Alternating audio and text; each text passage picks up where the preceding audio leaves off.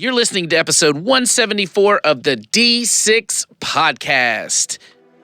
I don't know anything more important in our society or in the kingdom of God than to help the church, help the family. Discipleship is not an event, it's a way of life. And one day it just hit me that discipleship at home was not about doing more. It was about inviting Christ into what we were already doing. The goal of family ministry is not families sitting on the couch holding hands and singing Kumbaya. The ultimate goal is families that love God, love people, and make disciples of all peoples. So that's why you're here. You're here to say 1 hour a week, as significant and as awesome as it is, we know that it's not enough and we want to be intentional with every hour. You're listening to the D6 podcast. Here's your hosts, Ron Hunter and Jeremy Lee. This is the family ministry podcast that helps you connect church and home. I have heard, by the way, hello, Ron. I should acknowledge your existence. How are you doing, Ron? I can be as quiet for as long as needed, Jeremy. I have heard that if you are trying to sell something in today's world, if you're in the marketing frame of mind, that over 80%, I don't have it exactly, but over 80% of the purchasing decisions that are made are by the mothers, wives, and moms of this world. Wow. Yeah. All three groups? Women. They're made by women. And the reason why I'm bringing this up is because I want to start today because you guys are releasing a powerhouse book that is directed to women. And I think this is cool because women have so much power in our world today. And as moms, the amount of influence that they have in the lives of their kids, they need as much encouragement as they can get, because at the same time, they get a ton of those marketers that are trying to influence them to buy stuff. Yeah. Because they know that they're the ones making the more of the purchases. They are coming at them with images of how to be perfect, how to look perfect and be perfect. And it has to be overwhelming. It does. To be a woman, much less a wife, much less a mother in our culture. You and I can't really speak from experience on that. We have wonderful, amazing wives and moms in our lives, but we've never been through that ourselves. So we need books like the one you guys are releasing. So I just need to start today by talking about this book because I want to make sure it does not get past us. That's right. Tell us about the new book. Well, absolutely. Going on exactly what you were talking about, there's a lot in the news about all of these Instagram filters and online filters that can correct when you do selfies and make things look. And plastic surgeons are now getting that question. I want this filter, I want this surgery based on how this filter makes me look. Mm-hmm. They said they're getting close to 40% of their surgeries are based upon the filter influence of trying to be that perfect image. And Amy Reno, just when she talks to other moms, she's going, hold it, ladies. We don't have to be so perfect. We are not that perfect. And so when she began to write, she acknowledges, I'm going to read through the table of contents of her book here, what every mother wants. What's so special about mom? Attachment, attachment, attachment. Raising people, not products. That's a good one. That really is. Meaningful relationships, meaningful life. I'm not a perfectionist. The good enough mom, great enough kids. What does God want from you? And then she moves into part 3 here. The first 2 parts were relationships are key. The second part is perfection kills relationships. And part 3, our relationships action plan, which is building blocks, wooers of our children's hearts, and become a pioneer. All this under the title of Not So Perfect Mom by Amy Reno. I hope this lets our moms off the hook and allows them to focus on what really, really does matter, and that's relationships. You can't disciple your kids without a relationship. You can't parent your kids without a relationship, and that's what this book focuses on. And relationships are messy. They're not perfect. We're not meant to be perfect. We're meant to be connected to a perfect God, and that's where the perfection conversation should go. That's where she takes it. And listen, children's ministers, youth ministers, pastors, next-gen pastors, anybody who's listening, I just want to simply know this is. I hope you receive this less like a used car commercial and more like a plea to tell you there are moms in your ministry that need this message. So whether you get it from this book or get it from another place, please speak to them with love and encouragement about the fact and truth that they do not have to be perfect. They just have to love the one who is, and that is our God. So therefore, man, we're having church. Yeah, we We're are. starting with church we absolutely today. Are. And parenting is discipleship, and discipleship is what we're all about. And that is what our guests are going to be talking about today. Bill Hull is going to be talking to us about disciple-making evangelism. That is his expertise. You'll enjoy him. And then after that, we also have, I'm so excited to get back to our 2-interview format. Yep. Dale Hudson will also be talking about leading well with kids and family ministry. So both of us, we have the process of not having to be perfect from a mom with the resource we're featuring. We have the process of building disciples and the differences kind of between the idea of discipleship and evangelism. We have the process of leading well in kids and family ministry. Great resources and helps on the process of growing and building ourselves as leaders, disciples, and parents. You will enjoy this episode. So we'll get started right after the break with Bill Hull. We'll be talking about disciple-making evangelism.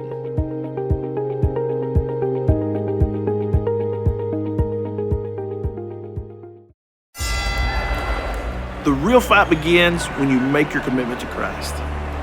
I'm John D. Forrest, author of Fight Like Your Life Depends on It. Fight is a 6-week Bible study that will help you successfully navigate life's most difficult battles. In Fight, you'll step into the ring with 5 biblical heroes who chose to fight when faced with adversity. They exemplify the fighting spirit that Christians must have to survive their daily walk. Learn to succeed in battle like Jonathan's armor bearer, or Mary of Bethany, David's mighty men, Gideon, and David the shepherd and king. You'll also sit ringside to see what a Christian warrior does when they fall. The ultimate goal is fighting to closer conform to the image of a holy God who fought and won the war for us. Get ready to fight like your life depends on it.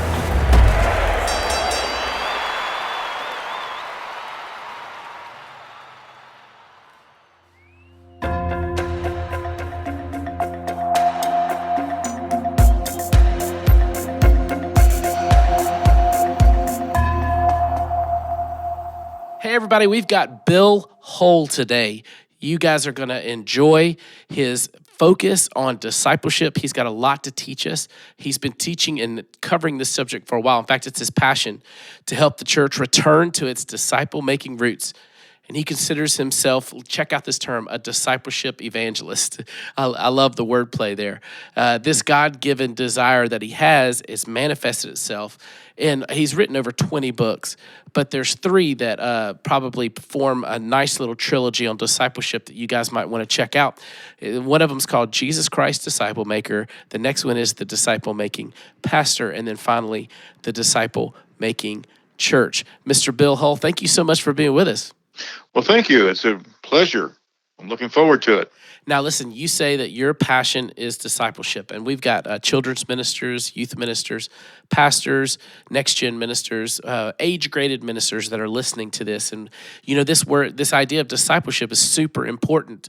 But a lot of us in our context, we are told that it's either evangelism or discipleship, but you don't necessarily agree with that, do you?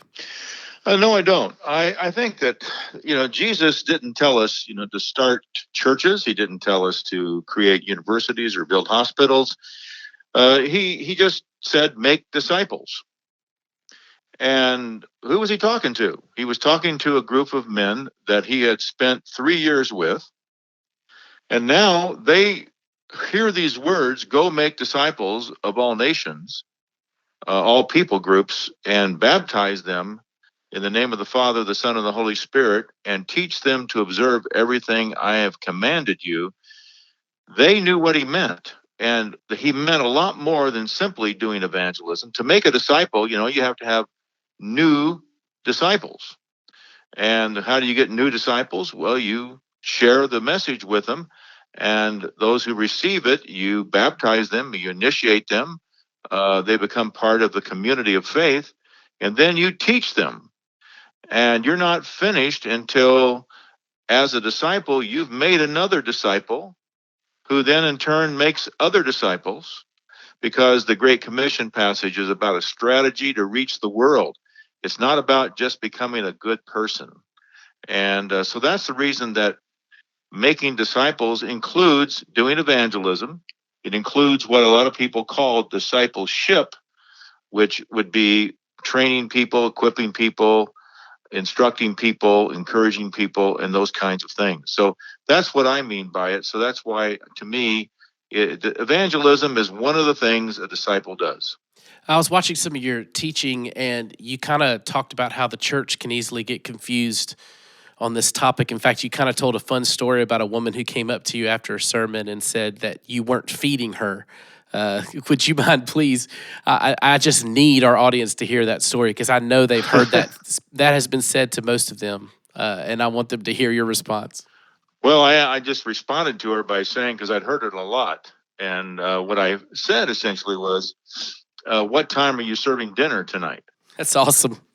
And she looked at me kind of puzzled, and I said, she says, why would you ask me that? I said, because I'm going to come over and I'm going to have a meal. And I said, because I assume you've taught yourself to eat, and that you cook the food, you prepare the food, you eat the food, and you don't ask me to come over to your house to spoon feed you, because you have learned to self-feed.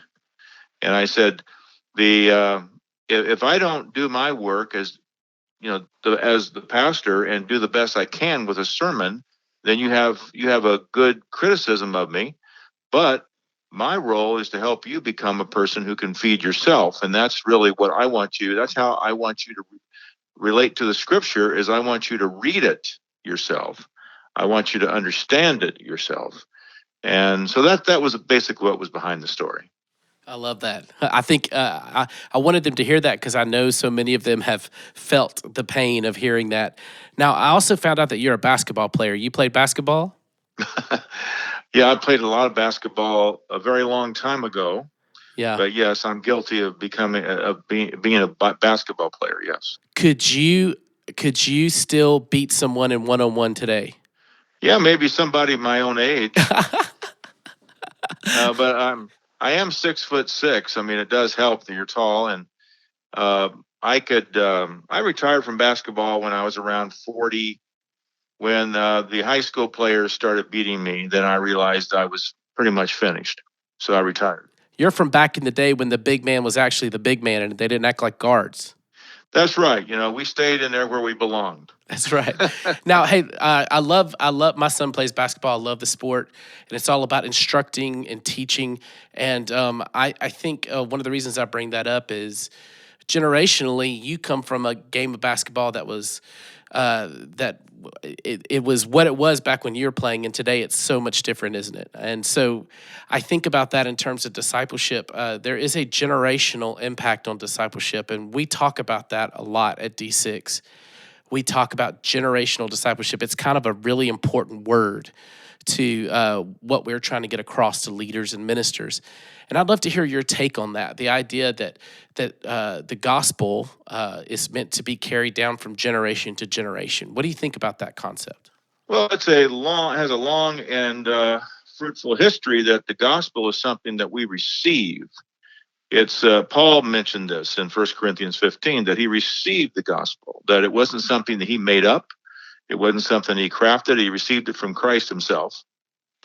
And so I think that every generation struggles to define the gospel and contextualize it in their generation.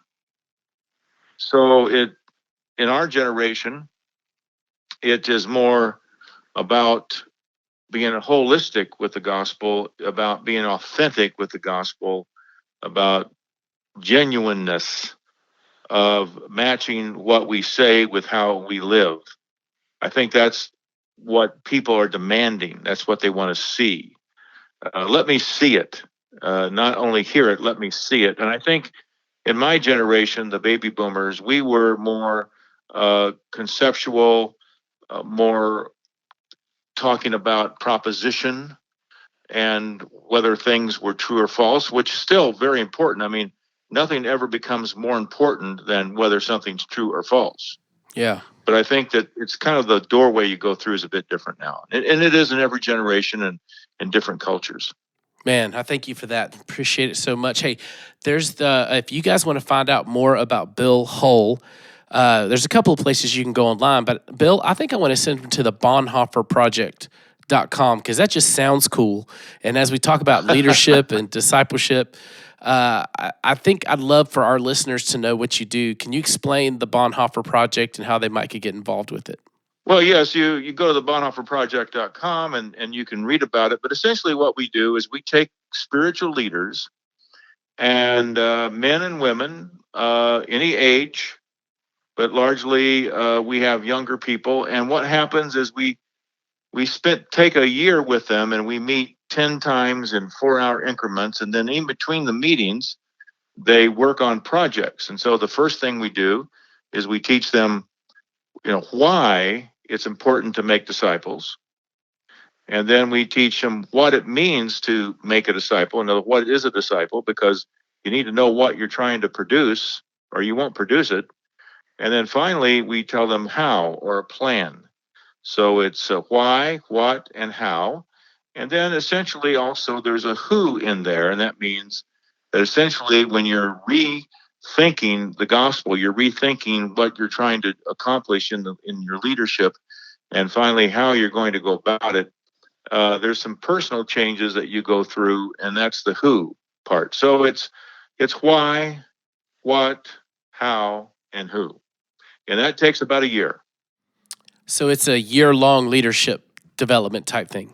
Yes. Man, that sounds great. Hey, you've been listening to Bill Hull, and if you want to find out more, you just got to figure out how to spell Bonhoeffer. Then you go to thebonhoefferproject.com. I would have trouble spelling that. I'd have to Google it. Yeah, Bonhoeffer. Thank you for serving us with that, and thank you for doing this interview. I appreciate it. Thanks for your time. Thank you.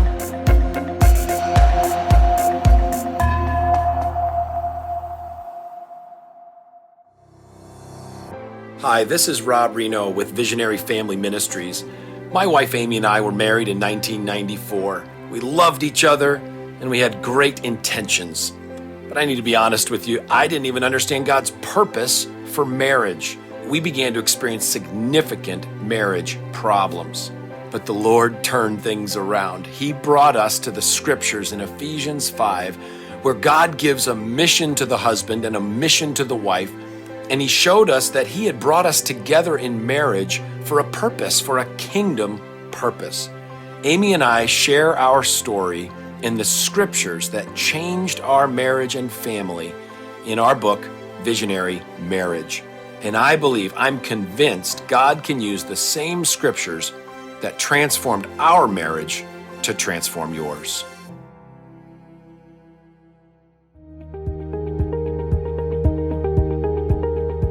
Well, I think we understand why Bill Hull has been a icon in discipleship and how he refers and talks about each one of these areas. Many thanks to Bill. Thank you, Jeremy, for bringing out the best of Bill in that one. Well, and thank you, Ron, for bringing us Dale Hudson, because I don't want to dilly-dally anymore. Let's go to Dale. We do. And, we actually titled this interview, Leading Well in Kids and Family Ministry. If you're in any age-specific ministry, I hope you add that and put it in there. Leading well in student and family ministry. Leading well in preschool and family ministry. Leading well in adult. That's the way it should be. So listen to his heart. If you're in children's ministry, he's going to wow you. If you're not, listen to it and make the transfer to your age-specific ministry. Let's hear from Dale.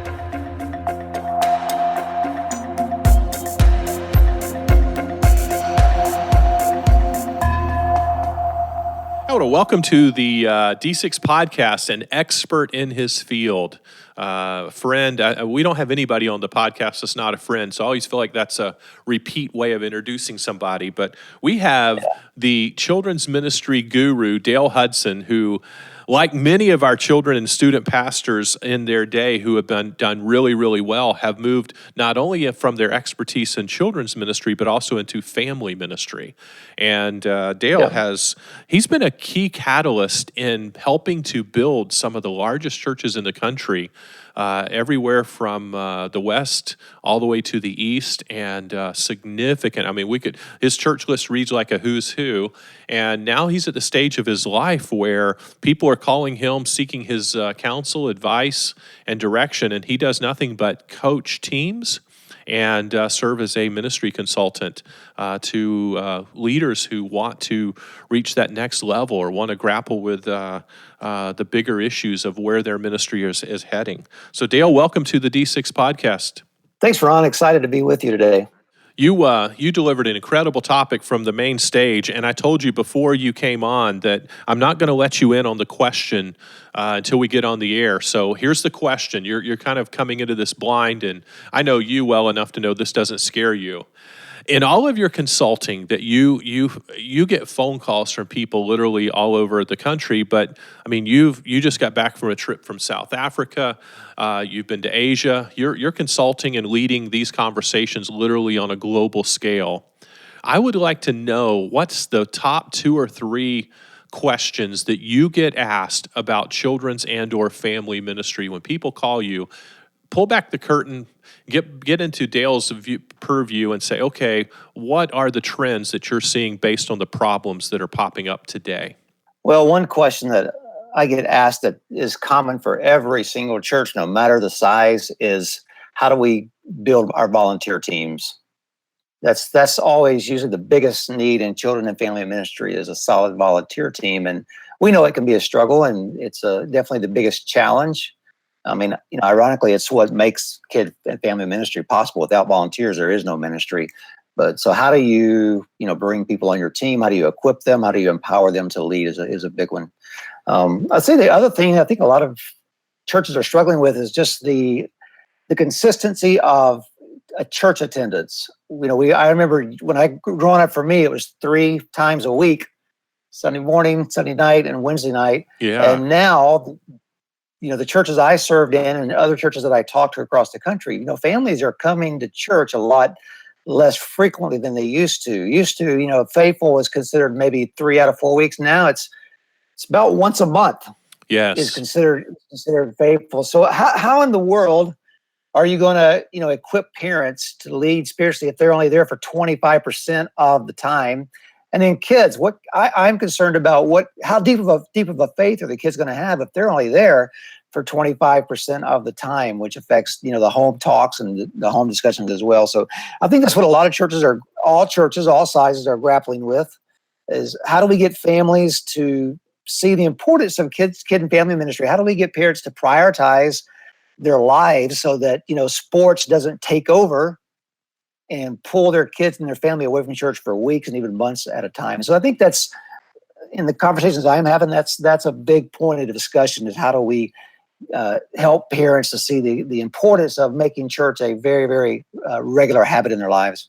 Well, you've written extensively on building volunteer teams. And so I tell you what, I'm going to throw a commercial your way on that one. And then I want us to jump into that second problem on this podcast, and we'll close out giving them reference back to your other book as well. But you wrote a book called The Formula for Building Great Volunteer Teams. And anybody can pick that up and on Amazon or wherever and kind of dive into that topic. So if that one enticed you and you're going, man, that's where I want Dale to go today, sorry, pick up his book, read it. But let's explore that second one, okay? Let's go in there on how do we get people to volunteer to step up? How do we get parents trained in this family ministry area? How do we help kids and teenagers, for that matter, deepen their faith when they're coming just 1 out of 4 or 2 out of 4 times a month? What would be your advice? We're starting from ground zero. What would you say to that ministry leader? We always did a program. We always did an event when the kids were getting ready to move into middle school. We had a training that went with that for kids and parents where we talked about that. And one illustration I always would show parents is, let's just take a bicycle wheel. The bicycle wheel has different spokes on it, right? And those spokes would represent things in families' lives. Maybe it's school, it's church, it's chores, it's baseball, sports, soccer. And I would ask them to put Jesus in there. And most of the time they would put Jesus as one of the spokes. Yeah. on that will. But then after that was over, I would say, well, let me explain what God wants you to do. In the middle of the will is called the hub. And that's what Jesus wants to be, not just another spoke in your life, but he wants to be the very hub, the very center of your life. So that he's with you when you go to school. He guides your thinking there. When you're at home, he guides your thinking.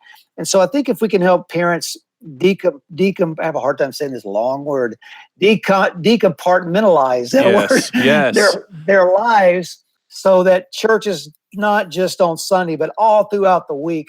It invades every part of their life. And so we see parents making, I think, unwise choices again with the sports, especially traveling teams. Man, they'll be gone 6, 7, 8 weeks. And I love sports. I played sports growing up, but I didn't play it on Sunday, or didn't put it before the things of God. And so helping families know that Jesus doesn't want to rent a room in their life. He wants to come in and do a total remodel and affect and lead and guide every part of their life is a big starting point. So just getting that on parents' radars, I think is very important. Yeah. Yeah. So when we get that on their radar and we make Jesus the center hub, what does that look like? Yeah. What changes in their life? Does their schedule change? Does their attitude? Do their actions? What's the change when he becomes the center hub as you're teaching student leaders and children's leaders how to help parents recognize him as the hub? Well, I think all their decisions are made with what would Jesus, want us to do on this situation. Letting him guide our paths, our ways, or look into his wisdom. It's just basically it's him being the Lord or the leader or the coach of their life. And so they make decisions based on that. When it comes down to doing something else and going to church or doing the quiet time at home instead of watching the last part of a TV show, they make Jesus Lord. That means you will follow him. I think it just explains Jesus being the priority of your life is a big win to explain to parents what that means.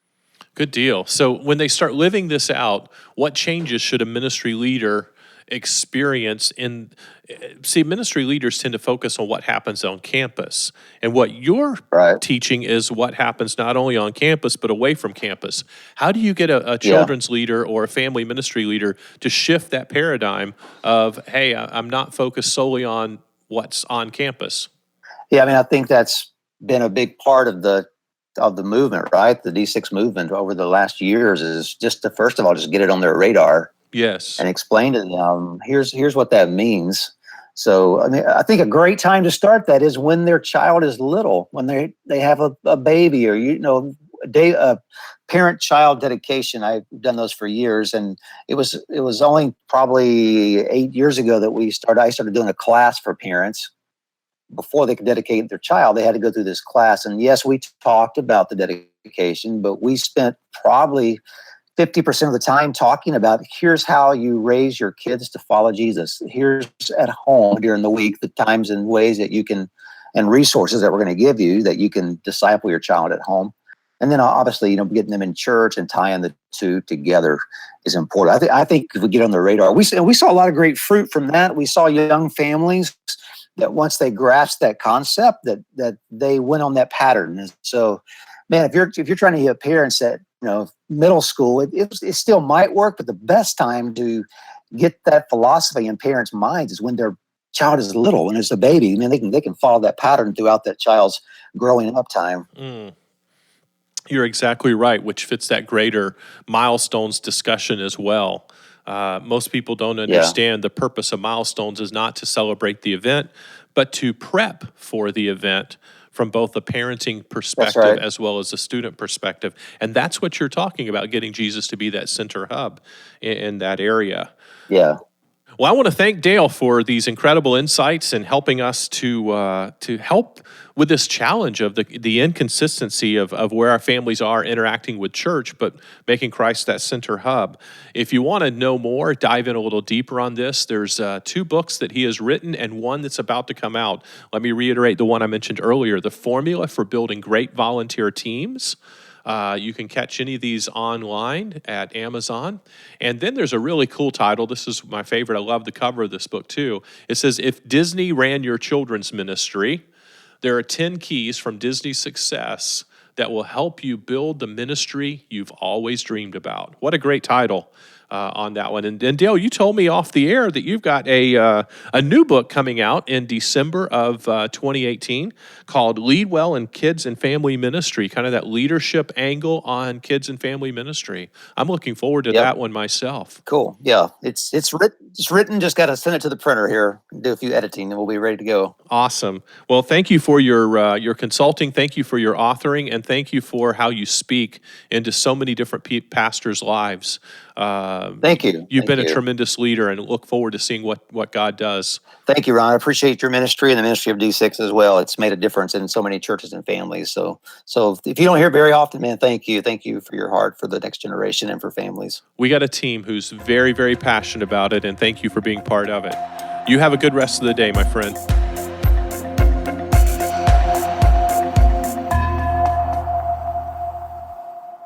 Well, our thanks go to Dale. Appreciate you. And also to Bill. It's been a great episode, guys. As we head into next week, this is a treat, Ron. You're going to love this guy. Well, tell me about him. I'll just have you ever heard of Rick and Bubba, the radio show? Rick and Bubba. No, I've never. No. Again, you're singing things that I don't know. He can't stop singing, guys. I'm sorry. Yeah, you don't want me singing for multiple reasons. And I just wish our names went together a little bit better. You know, like Ron and Jeremy. It just doesn't. But theirs goes great. Rick and Bubba, and we have Rick from the Rick and Bubba Show as our guest next week. I'm always glowing and encouraging about our guests, as I should be, right? Absolutely. But I can't help sometimes but pick favorites, and I'm just going to tell you, my interview with Rick was one of my favorites. He was just a dynamic guy. I'm not surprised by that, but I am surprised by how vulnerable he was in this interview. Super good. That's awesome. So you guys will enjoy that. Absolutely. You know, we need to get our producers to pull up every time you said, "Oh, they're one of my favorites." Stop it. And see how many times he says they're one of my favorites. Like, this really everybody's was one of my favorites. You're my favorite. Well, I can't help it. I love Looking people. forward to that. It's going to be fun. Yes, next week we'll have Rick. And hope you guys have enjoyed the episode. We have enjoyed being with you. And what I hope most of all is that you have a great week of ministry. You've been listening to the D6 Podcast. You can learn more about D6 at d6family.com.